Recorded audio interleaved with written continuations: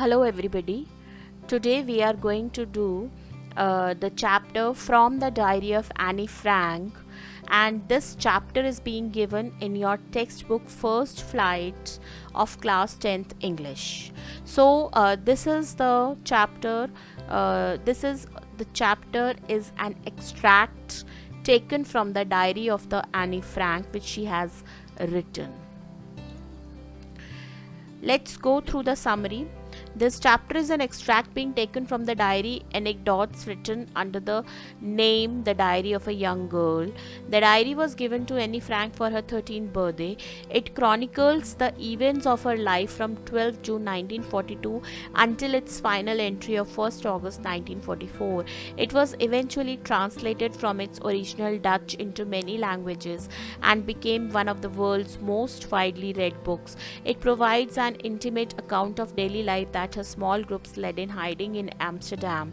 Her frankness, honesty, and sincerity of description of her parents, friends, and teachers make her writing the most important documents.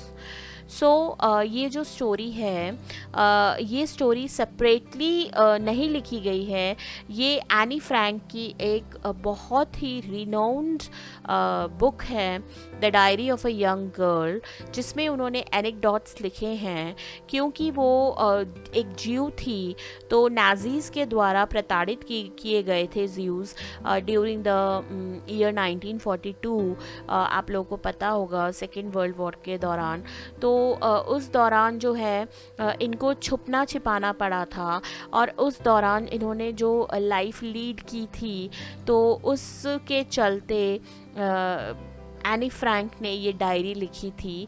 और इसमें उन्होंने अपनी daily life के anecdotes note किए हैं, और उन्होंने अपने फैमिली मेम्बर्स के बारे में भी बताया है, अपने पेरेंट्स, अपने टीचर्स, अपने फ्रेंड्स, सबके बारे में उन्होंने कुछ ना कुछ नोट्स लिखा है. ये जो चैप्टर है, ये चैप्टर जो है उस बुक में से लिया गया है. Okay,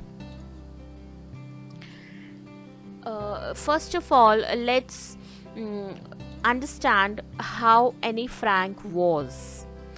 She was a sharp, sensitive, and mature girl of 13 years of age.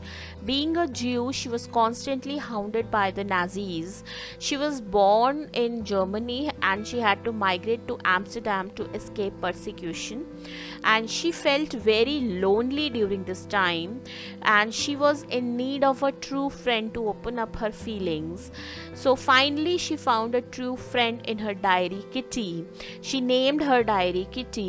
Very emotional she was, and she was attached with her grandmother the most. She was a chatterbox, annoyed her maths teacher, Mr. Keesing, but finally Mr. Keesing was pleased with her jokes. So let's go through the key points to remember. Annie wants to keep a diary. In spite of friends and family, Annie felt rather lonely. There were 30 persons whom she could call her friends. She could talk only ordinary everyday things with them. She could not share most feelings with them. She wanted the diary to be her friend. She named her friend Kitty. Any को लगता था कि वो काफ़ी अकेली हैं.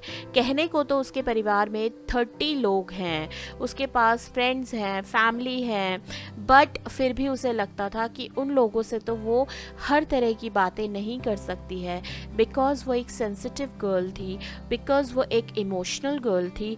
तो काफ़ी सारी चीज़ें उसके मन में आती थी, उसके दिमाग में आती थी, और वो इन सब चीज़ों को किसी से शेयर करना चाहती थी, किसी से बोलना चाहती थी अपनी फीलिंग्स को.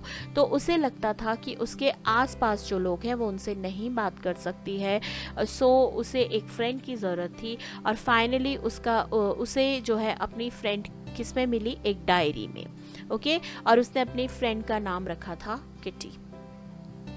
Family. Annie Frank has a very loving family. Her father, Otto Frank, is the most adorable father she has ever seen. Her elder sister Margot was born at Frankfurt in Germany in 1926. Her mother Edith was 25 when she married her father. She and her elder sister stayed with their grandmother before they were sent to live with her in Amsterdam. Okay so कौन कौन था उनकी family में? उनकी family जो थी वो काफ़ी लविंग फैमिली थी. उनके फादर ऑटो फ्रैंक जो थे, मोस्ट अडोरेबल फादर वो कहती हैं अपने फादर को. और उनकी एक एल्डर सिस्टर थी मार्गॉट. ओके और उनकी मदर जो थी she was quite small, means she was of 25 when she married her father. And उनके एनी एंड उनकी जो एल्डर सिस्टर थी मार्गॉट, वो अपनी ग्रैंड मदर के साथ थे क्योंकि काफ़ी वॉर के दौरान काफ़ी डिस्टर्बेंस था, तो उन्हें काफ़ी साल अपनी ग्रैंड मदर के साथ ही रहना पड़ा था, जिसके चलते उनकी काफ़ी अटैचमेंट हो गई थी अपनी ग्रैंड मदर के साथ. Attachment with grandmother. There is no doubt that Anne Frank had a great attachment with her grandmother. When her parents migrated to Holland, she, along with her elder sister Margot, was sent to live with her grandmother in Aschen. The grandmother died in January 1942. She thought of her quite often and still loved her. So Anne Frank काफ़ी सालों तक अपनी grandmother के साथ रही थी, तो जिसके चलते उनकी काफ़ी अटैचमेंट हो गई थी. उनके पेरेंट्स उनके साथ नहीं रहते थे. उनके पेरेंट्स को हॉलैंड माइग्रेट होना पड़ा था और वो अपनी एल्डर सिस्टर मार्गरेट के साथ अपनी ग्रैंड मदर के साथ रहती थी. तो उनकी ग्रैंड मदर की डेथ हो गई इन जनवरी 1942.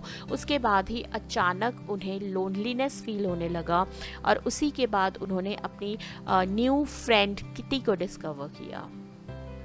Mr. Keesing assigned Anne to write an essay. There was only one teacher with whom Anne was not getting along well. He was Mr. Keesing. The maths teacher was annoyed with her because she talked too much in the class. After several warnings, he gave her an extra homework as a sort of punishment. She was assigned to write an essay on the topic a chatterbox. Any जो थी वो बहुत ज़्यादा बातें करती थी, काफ़ी talkative girl थी क्लास की, और जिसके लिए मिस्टर कीजिंग एनी को पसंद नहीं करते थे, काफ़ी नाराज़ थे.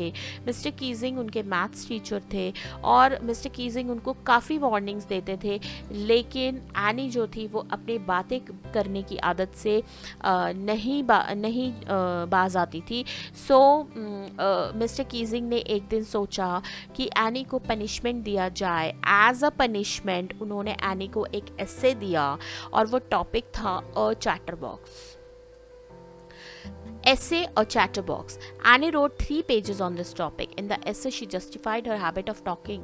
She argued that talking was a student's trait. She would never be able to cure herself of the habit. Her mother talked as much as she did, if not more. She would do her best to keep it under control. However, it was very difficult to control her inherited trait. So, Annie ने इस एसे को काफ़ी अच्छे से लिखा. जितना अच्छा वो बोल सकती थी उतना ही अच्छा वो लिख भी सकती थी.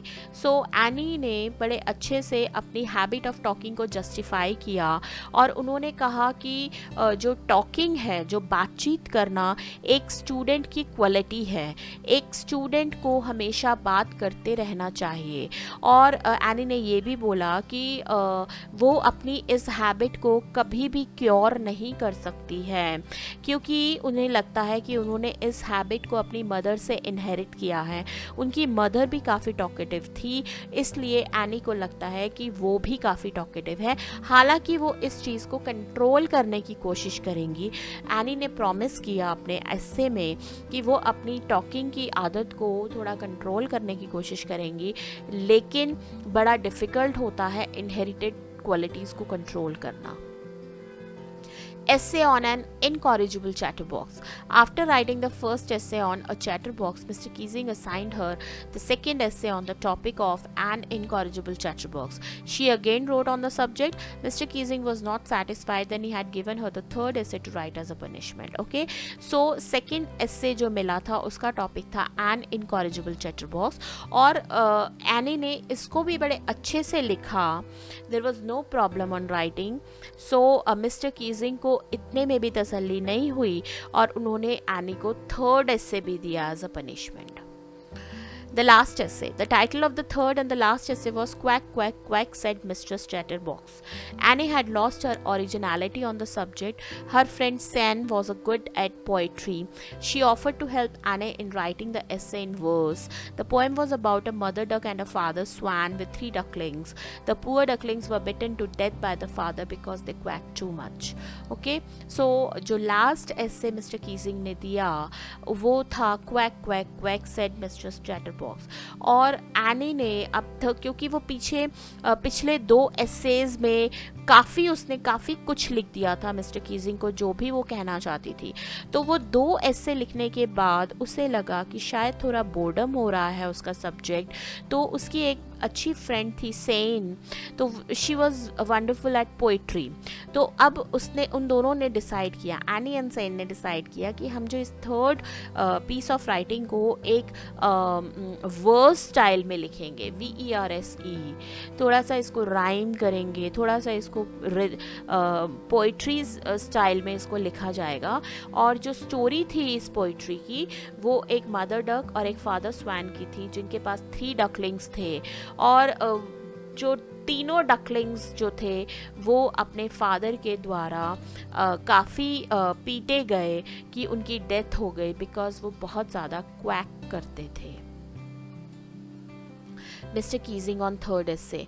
Mr. Keysing took Annie's joke the right way. He got the message Annie wanted to give to him by narrating the death of 3 ducklings. He read the poem to the class, adding his own comments.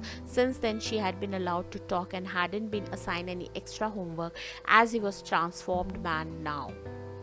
So, third जो topic के ऊपर any ने लिखा था, मतलब जो उन्होंने poetry लिखी थी, उस पोइट्री से मिस्टर कीजिंग काफ़ी इम्प्रेस हुए. उन्हें समझ आ गया कि एनी उनसे क्या कहना चाहती है. एक्चुअली एनी ये कहना चाहती थी कि जो बच्चे बात करना पसंद करते हैं उन्हें बोलने देना चाहिए, क्योंकि अगर उन्हें नहीं बोलने दिया जाता है तो शायद उसका जो कॉन्सिक्वेंस होता है वो अच्छा नहीं होता है. तो इस कहानी से, ये डकलिंग्स की कहानी से जो इनको मॉरल मिला है वो उससे काफ़ी